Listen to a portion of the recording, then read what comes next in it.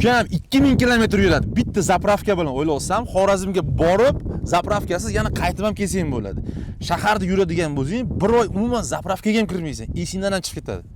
Klirensi ham zo'r ekanda. Men qaragin, tepaga qarab ketgan-ku. Hozir bizda degani tepali qiyalardan bemalol o'tadi bu mashina. Bizga moslashgan ekanda bu mashina.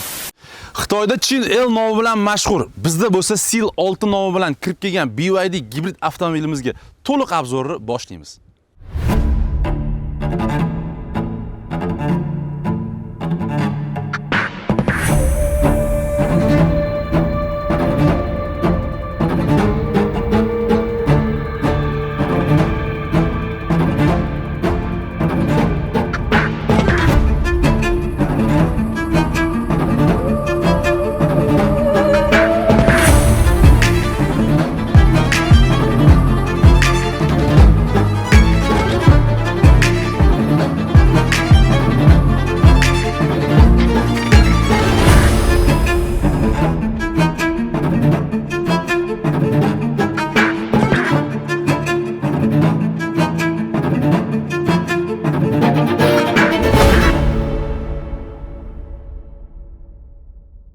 Tashqi ko'rinishi BYD Xanni juda ham eslatadi. Bu mashinani men bir hafta test drive'da haydadim.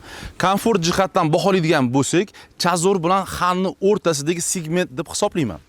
Tashqi ko'rinishdan boshlaymiz. Oldiga qaraganingizda Dragon Face stilistikasini saqlab qolgan holatda oldidagi radiator panjaralarni ko'rishingiz mumkin. Bu mashina gibridligidan ma'lumot beradi. Kuzov o'lchamlariga keladigan bo'lsak, buni uzunligi 4830, eni bo'lsa 1900, balandligi bo'lsa 1495 mm tashkil qiladi.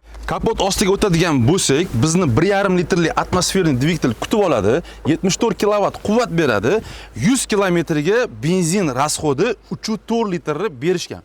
Bitta qiziq ma'lumot, sovutish tizimi antifriz bachogi bizda ikkita. Bittasi dvigatelni sovutishga xizmat qilsa, ikkinchisi bo'lsa batareykani sovutishga xizmat qiladi. Batareyka hajmi 1508 kW, bu bizga to'liq elektr quvvati bilan 120 km bosib o'tishga yordam beradi. Hadovoy qismiga keladigan bo'lsak, BYD ga xos bo'lgan old tarafi McPherson tizimiga ega, orqasi bo'lsa mustaqil ko'prichakli podveska hisoblanadi. Diskalarimiz sportivniy 18 razmerda, shinalar razmeri bo'lsa 220 ga 50 R18. Mashinada 360 kamera mavjud. Undan tashqari faqat old eshiklari besключевой доступga ega. Bakka bo'lsa 65 litr benzin ketadi, 100 kilometrga sarf 3,4 litr tashkil qiladi. DMI 5-avlodi bilan bu bizga 2000 kilometrdan ko'p masofa bosib o'tishga yordam beradi. Ko'pchilik buni orqa ko'rinishini ham bilan adashtirib qo'yapti, lekin farq qiladi. Bagaj qismiga keladigan bo'lsak, yukxonamiz 5,4 litr hajmga ega. Har doimgidek bizni bagaj qismida zapaska yoki dakatka kutib turmaydi. Organizerimizda har doimgi biz o'rgangan ehtiyot qismlar, ya'ni teshilganda to'ldiruvchi jidkost, havo beruvchi kompressor, avariya elementlari va jiletkani ko'rishimiz mumkin. Orqa bagajlik elektr privodda emas, buni qo'l bilan yopishingizga to'g'ri keladi. Xuddi shu holatda. GBT quvvatlash tizimiga keladigan bo'lsak, mana xursand qilgan joyi, bu joyda ikkita port, ya'ni 7 kilovatli va undan tashqari 23 kilovatli zaryadlash portiga ega. Avtomobil rasmiy dilerlarda 4 ta rangda taqdim etiladi. Oq, qora, kulrang va ko'rib turganingizdek havo rangda. Menga aynan shu rang juda ham yoqdi. Eksteryer tugatgan bo'lsak, endi bo'lsa sekin interyerga o'tamiz. Bu yerda bizni kutib turadigan narsa. Xo'p, bir chekkadan boshlaymiz, ya'ni tomdan. Tomda bo'lsa bizni katta panorama kutib oladi. E'tibor bering, lyuki bilan va to'liq parda bilan jihozlangan.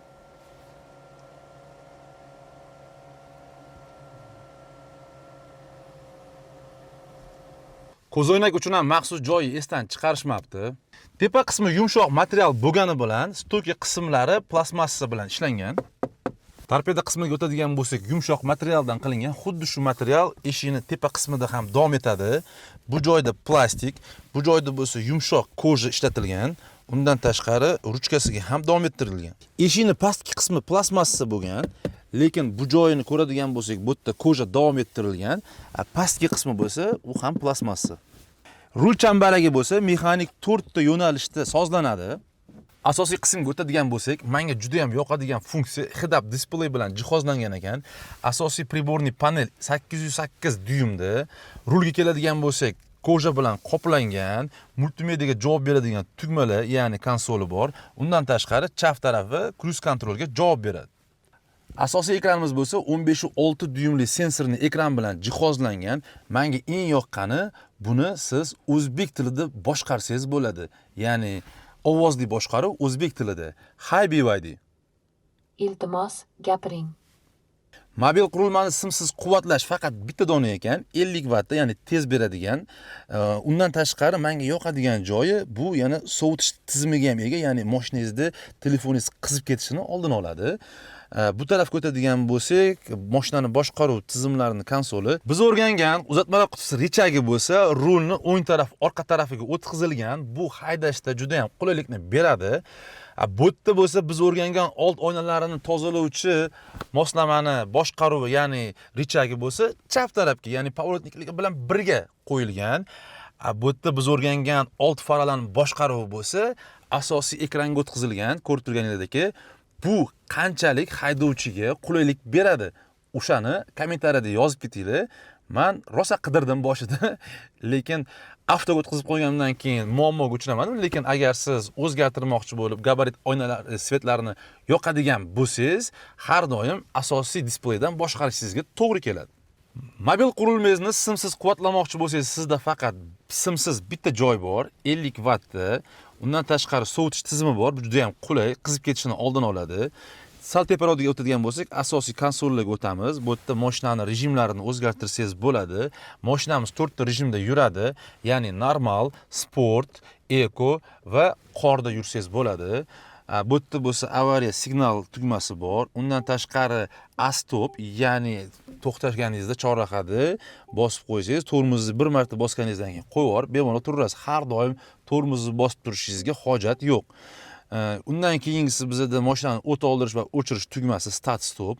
Undan tashqari, undan keyingisi bizda gibrid va to'liq elektrikka o'tadigan tugma bizani kutib oladi va old oynalarini isitish tugmasi. Undan tashqari multimediani ovozini baland past qiladigan roligimiz ham shu yerda joylashgan. Keyingisi bo'lsa standart ikkita pastakanlik uchun joy va menga eng yoqqan joyiga yetib keldik. Barimizda muzlatgich joylashgan. Hozirgi zamonaviy avtomobillarni topish juda ham qiyin, faqat premium avtomobillarda chiqadi. Bu muzlatgich -6 dan +6 gacha sozlasangiz bo'ladi va undan tashqari bitta tugmani bosish bilan bu joyimiz bizga 50 gradusgacha issiqlikni saqlab berish xususiyatiga ham ega. Pastki bo'shliq konsolimizda bo'lsa 12 vattli zaryadlash porti, undan tashqari USB, Type-C va xotira uchun CD kart uchun joyni ko'rishimiz mumkin. Endi bo'lsa o'rindiqlarga yetib keldik. O'rindiqlarning zo'r funksiyasi menga yoqadigani, tushib chiqishingizga oson bo'lishi uchun приветствие deyiladi, ya'ni kutib olish funksiyasi. Ichini yopgan paytingizda o'sha o'zini положенияsiga kelib oladi. Haydovchi o'rindig'i elektronli 8 ta yo'nalishda sozlash mumkin. Yo'lovchi o'rindig'i bo'lsa 4 ta yo'nalishda sozlanadi. O'rindiqlar anatomiyasi yo'lovchilar uchun juda ham qulay, sifatli ekoko'jadan qilingan. Old o'rindiqlar ham sovutish, ham isitish funksiyasiga ega, orqa o'rindiqlar esa faqat isitish funksiyasi bilan jihozlangan. O'rindiqlarni joylashishga keladigan bo'lsak, o'zimga qulay holda old o'rindiqni sozlab oldim. Mana ko'rib turganingizdek, bo'yim 178 sm tashkil qiladi. Orqa o'rindiqqa o'tamiz. Mana orqamda o'tirgan yo'lovchi qanaqa ketadi? Ko'rib turganingizdek, bemalol oldimda yana 10 sm ga yaqin joy qolyapti, komfortda ketadi. Lekin boshim ham tegmayapti patologga. Ko'rib turganingizdek, orqada juda ham qulay. Hozirgi zamonaviy avtomobillar shaharda harakatlanish uchun moslashgan bo'lgani uchun uzoq masofalarga yurgan paytda orqadagi yo'lovchilar uchun diskomfort, ya'ni qiynab qo'yadi. Bu mashinada menimcha orqadagi yo'lovchi ham uzoq masofaga bemalol komfortda ketadi. Orqa yo'lovchilar qulayligi uchun ham Type-C va USB quvvatlash portlari mavjud. 504 litrli yukxona sizga kichiklik qilsa, orqa o'rindiqlarni pastga tushirgan holatda orqa yukxonangizni yana ham kengaytirsangiz bo'ladi. Bir haftalik test drive'dan keyin bu mashina haqida nima deya olaman? Mashina juda ham komfort, menga yoqdi. Taqqoslash uchun Chazordan yuqori segment, lekin Xandan pastroq o'rtasidagi segment deb o'yladim. Agar sizda Chazor bo'lsa, Chazor yengillashi va nima mashina olishni bilmay yurgan bo'lsangiz, Xanga bo'lsa, pulingiz ozgina yetmayotgan bo'lsa, idealniy variant mana shu sizga. Siz nima fikrdaligingizni izohlarda yozib keting, bizga bu muhim. Agar video yoqqan bo'lsa, sizdan bitta like, podpiska va mashina qidirib yurgan tanishingizga jo'natib qo'yish esdan chiqmasin.